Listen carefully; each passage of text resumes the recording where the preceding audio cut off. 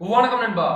எல்லாத்துக்குமே மிகப்பெரிய நன்றிகள். ஏன்னு சொல்லி கேட்டீங்கன்னா, இப்ப நம்ம சேனல்ல வந்து பாத்தீங்கன்னா ஹைடெக் தமிழ்ல இப்ப 1000 சப்ஸ்கிரைபர்ஸ்க்கு மேல வந்து ரீச் ஆகி போயிட்டு இருக்கோம். சோ சப்ஸ்கிரைப் பண்ண எல்லாத்துக்குமே மிகப்பெரிய நன்றிகள். அது மட்டும் இல்லாத ஜெனரல் டாபிக்ஸ் எல்லாம் கவர் பண்ற மாதிரி இன்னொரு சேனலும் இருக்கு. சோ அந்த சேனலோட லிங்க்குமே வந்து பாத்தீங்கன்னா கீழே டிஸ்கிரிப்ஷன் பாக்ஸ்ல கொடுத்திருக்கேன். சோ இந்த வீடியோ பாக்குற எல்லாருமே வந்து பாத்தீங்கன்னா அந்த சேனலையும் சப்ஸ்கிரைப் பண்ணி அந்த சேனலுக்கு கொஞ்சம் சப்போர்ட் கொடுங்க.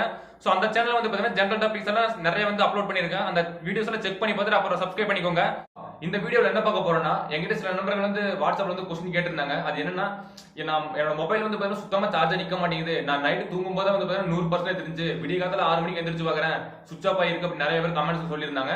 சோ அதுக்காக டெடிகேட்டட் வீடியோ போடணும், இதை பத்தி அவேர்னஸ் கொடுக்கணும் அப்படின்றதுக்காக மட்டும் இந்த வீடியோ வந்து மேக் பண்ணிருக்கேன். சோ இந்த வீடியோ கடைசி வரைக்கும் முழுமையா பாருங்க. இப்போ ஒரு 7 ட்ரிக்ஸ் அண்ட் டிப்ஸ் சொல்ல போறேன். இந்த 7 டிப்ஸ் கரெக்டா ஃபாலோ பண்ணீங்க அப்படின்னா போதும், உங்களோட பேட்டரி லைஃப் வந்து வேற லெவல்ல நிக்கும். கண்டிப்பா இந்த ட்ரிக் வந்து இந்த டிப்ஸ் மட்டும் ஃபாலோ பண்ணீங்க அப்படின்னா போதும்.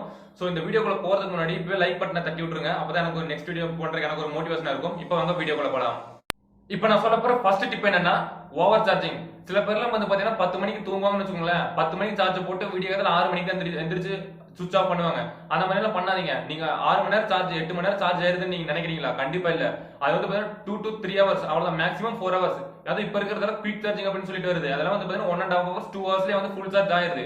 சோ அந்த மாதிரி ஓவர் சார்ஜிங் பண்ணீங்க அப்படின்னா உங்களோட மொபைல் கண்டிப்பா உங்களோட மொபைலோட பேட்டரி வந்து ரொம்பவே ஹீட் ஆகும். அதனால சார்ஜ் ட்ரை ஆகி ரொம்ப அதிகமா சான்ஸ் இருக்கு. சோ நீங்க என்ன பண்ணணும்னா, நீங்க அவ்வளவு நேரம்லாம் போடாதீங்க. மேக்ஸிமம் 2 ஹவர்ஸ் 2.5 ஹவர்ஸ் மட்டும் போடுங்க. கண்டிப்பா பேட்டரி பேக்கப் வந்து ரொம்ப அதிகமா நிக்கும். இப்ப நான் சொல்ல போற ரெண்டாவது டிப் என்னன்னா, இதுதான் மெயினான ஒரு டிப். இது கண்டிப்பா எல்லாருமே எல்லா தப்புமே பண்ணிட்டு இருக்காங்க. இப்ப நானும் பண்ணிட்டு இருந்தேன். இப்ப அந்த தப்பை வந்து நான் விட்டுட்டேன். என்னன்னு சொல்லி கேட்டீங்கன்னா, நிறைய பேர் வந்து பாத்தீங்கன்னா ஆன்லைன்ல வந்து கேம் விளையாடுவாங்க. ஆன்லைன்ல கேம் என்ன தப்பாடா அப்படின்னு கேட்பீங்க. அந்த தப்பு இல்ல. இப்போ நிறைய பேர் என்ன தப்பு பண்றாங்கன்னா, ஆன்லைன்ல கேம் விளையாண்டு இருப்பாங்க. சடனா சார்ஜ் குறைஞ்சிருச்சுன்னு சொல்லி அப்படியே கனெக்ட் பண்ணுவாங்க.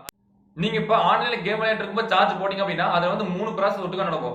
நெட் ஆன்ல இருக்கும், நீங்க கேம் விளையாடிட்டு இருப்பீங்க, அப்புறம் வந்து பாத்தீங்கன்னா சார்ஜ் கனெக்ட்ல இருக்கும். சோ இந்த 3 ப்ராசஸ் ஒட்டுக்கா நடக்கும்போது வந்து பாத்தீங்கன்னா உங்களோட பேட்டரி தான் வந்து பாத்தீங்கன்னா ரொம்ப பயங்கரமா ஹீட் ஆகும். அப்புறம் பேட்டரி லைஃப் வந்து கொஞ்சம் குறைஞ்சிரும், ரொம்பவே குறைஞ்சிரும். சோ இதை வந்து மெயினா ஃபாலோ பண்ணுங்க. கண்டிப்பா உங்களோட பேட்டரி லைஃப் வந்து வேற லெவல்ல நிக்கும். அது கண்டிப்பா நான் சொல்றேன். இந்த டிப்பை மட்டும் கண்டிப்பா ஃபாலோ பண்ணி பாருங்க.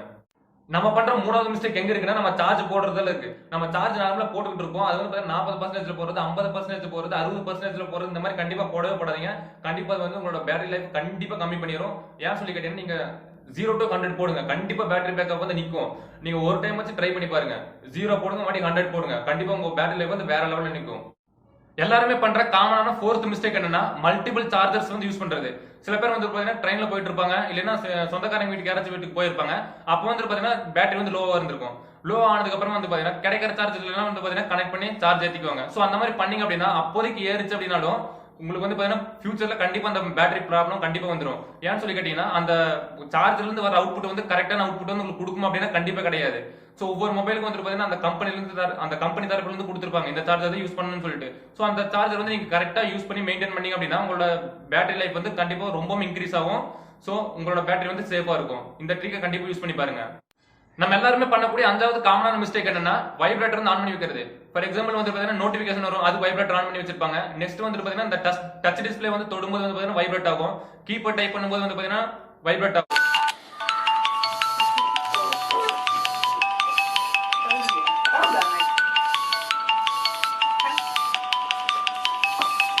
சோ இந்த மாதிரி வச்சீங்க அப்படின்னா அதுலயே கொஞ்சம் வந்து சார்ஜ் குறையும். ரொம்ப குறையாது, கொஞ்சம் குறையும்.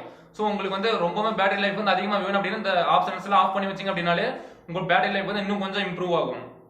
நம்ம எல்லாருமே பண்ணக்கூடிய காமனான ஆறாவது மிஸ்டேக் என்னன்னா, ஆட்டோ பிரைட்னஸ் வந்து ஆன் பண்ணி வைக்கிறது. இந்த மாதிரி நீங்க ஆட்டோ பிரைட்னஸ் ஆன் பண்ணி வச்சீங்க அப்படின்னா, நீங்க அவுட்டோர்ல போகும்போது இன்டோர்ல போகும்போது வந்து பாத்தீங்கன்னா ஆட்டோமேட்டிக்கா ஆட்டோ பிரைட்னஸ் வந்து சேஞ்ச் ஆகிட்டே இருக்கும். சோ இது அட்வான்டேஜ் தான்டா அப்படின்னு கேட்டீங்க அப்படின்னா அது கண்டிப்பா கிடையாது. அந்த சென்சார் வந்து எப்பவுமே ஒர்க்கிங்லயே இருக்கும். சோ அப்படி ஒர்க்கிங்லயே இருக்கும்போது வந்து பாத்தீங்கன்னா அதுக்குன்னு கொஞ்சம் சார்ஜஸ் கண்டிப்பா எடுக்கும். சோ இதனால வந்து பாத்தீங்கன்னா உங்களோட பேட்டரி லைஃப் வந்து கொஞ்சம் கம்மியா இருக்கு, நிறைய வாய்ப்புகள் இருக்கு.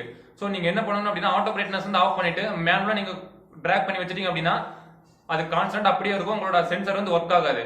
சோ அதனால வந்து பாத்தீங்கன்னா பேட்டரி லைஃப் வந்து இன்னும் கொஞ்சம் இம்ப்ரூவ் ஆகும். சோ இந்த ட்ரிக்கை கண்டிப்பா யூஸ் பண்ணி பாருங்க. நம்ம எல்லாருமே பண்ணக்கூடிய ஏழாவது மிஸ்டேக் என்னன்னா, நிறைய அப்ளிகேஷன் யூஸ் பண்றது. சில பேர் வந்து பாத்தீங்கன்னா நிறைய அப்ளிகேஷன் இன்ஸ்டால் பண்ணி வச்சிருப்பாங்க, ஆனா யூஸ் பண்ண மாட்டாங்க. அந்த மாதிரி இருக்கிற அப்ளிகேஷன்ல வந்து பாத்தீங்கன்னா அன்இன்ஸ்டால் பண்ணிட்டீங்க அப்படின்னா உங்களோட பேட்டரி லைஃப் வந்து கண்டிப்பா இம்ப்ரூவ் ஆகும். எப்படிடா அப்படின்னு சொல்லி கேட்டீங்கன்னா, அது வந்து பாத்தீங்கன்னா நீங்க யூஸ் பண்ணல அப்படின்னாலும் பேக்ரவுண்ட்ல வந்து ரன் ஆகிக்கிட்டே இருக்கும். அது கண்ணுக்கெல்லாம் தெரியாது, டிஸ்பிளேல தெரியாது. சோ அந்த மாதிரி அப்ளிகேஷன் அன்இன்ஸ்டால் பண்ணிட்டீங்க அப்படின்னா உங்களோட பேட்டரி லைஃப் வந்து இன்னும் கொஞ்சம் இம்ப்ரூவ் ஆகும். சோ இந்த தேவையில்லாத அப்ளிகேஷன்லாம் அன்இன்ஸ்டால் பண்ணிருங்க.